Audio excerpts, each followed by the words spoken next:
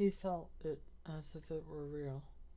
The soft texture of that mouth, the scent that he could drown in, sweet and not flacked with the faint aftertaste of the grass from the clearing, of memories of how it had felt to desperately hold on to him.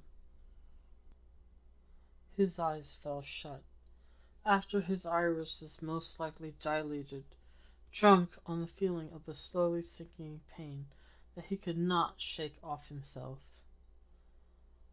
William seemed to tremble beneath him in this dream. He thought he could feel their lashes against his cheekbones, moving softly. He could imagine their surprised gaze, no doubt red as the very last sunset that he would ever gaze upon. But he was so sad that he could not bring himself back to reality. When he woke up, the other would be gone, and Sherlock didn't know how he would ever pick up the broken pieces of his heart, or even look at himself after this. Only William alone could make him lose his mind like this, to drive him into some heady impulse, to lose himself in the other, to calculate every inch of their face and lips as it slowly responded beneath him. Their breasts were even warmer now, and they slowly rose from their position, locking their arms beneath his arms, gliding their fingers up, before clutching onto the back of his coat with their fingers, holding tightly enough to leave bruises. They dragged him closer, propelling him around towards the bed, shoving him backwards with one hand, so that his entire spine would be pressing up against the pillow, and the wall against the headboard. Their tongue brushed against his lips, surprisingly gentle, seeking entrance. A soft moan escaped as they straddled him. He could feel their hips brushing up tightly against his with crushing intimacy. They were barely apart, entangled in each other, and William seemed to want him even closer. One hand untangled itself from his back and subtly undid the button of his shirt, sliding lower until it was all open, the sides now hanging back. William delicately peeled back the jacket collar, baring his left shoulder, letting it hang slightly below his upper arm. The ripples upon his torso trembled faintly, a sharp intake of his breath, as his eyes finally opened.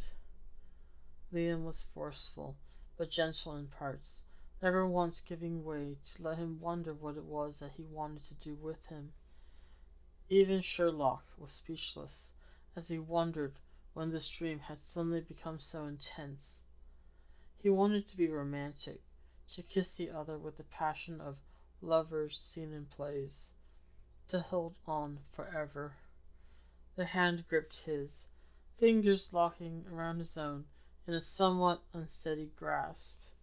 He marveled silently that they were as disoriented as he was, body tense with some emotion of regret, and Sherlock thought that this was the last time he would see them.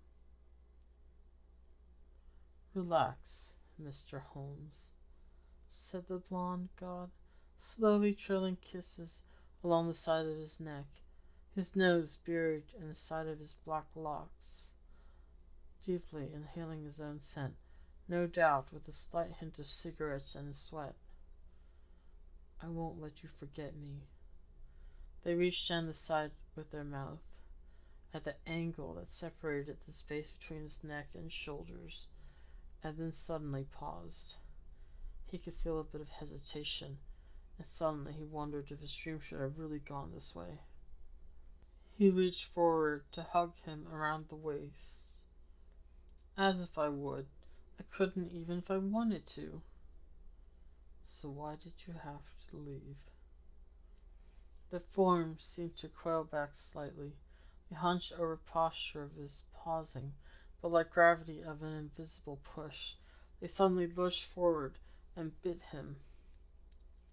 His eyes opened wider, the pain surprising him as he gasped out. He could not fathom that the pearly whites of Liam's smile could ever be this sharp. In fact, their bite felt reminiscent of some sort of canines, before all thoughts faded from his mind, and he was paralyzed with bliss.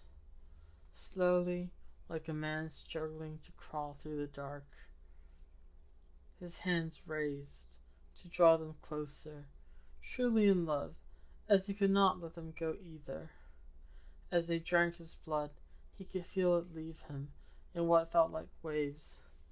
But suddenly, he was aware of their feelings, of every single emotion they felt while they were mentally invading him. Stay with me. Don't leave me, William's soul said, in a voice as sweet as the fallen flakes of light snow, gently dusting the ground and melting all around him. He felt hot and cold as his head tipped back, and he gasped out in a mixture of pain and pleasure, I don't want anything else. I can't want anything more than this. Before he could respond, the door opened, and a shadow of a person holding a candle fell over them. Out of surprise, William's fangs retracted, but his mouth was stained with his blood, and then the both of them knew that something had gone terribly wrong. What the hell happened to us? Sherlock managed out weakly, holding William in his arms protectively. He now remembered the sound of the gunshot and the feel of the bullet that had pierced the both of them.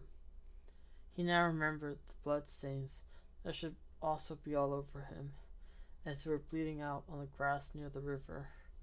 He remembered a cold grip around his frame, as he was easily carried to the side and laid next to the other, slowly losing consciousness as he and William started to die from blood loss.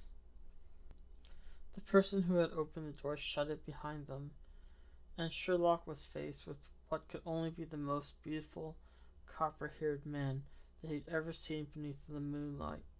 A somewhat elegant smirk faded into form the man's expression, with eyes that were simply red, like the embers of coal and fire sparks had been caught in their irises. Well now, they exclaimed clearly but softly, raising the candle as if to get a closer look. Whatever do we have here?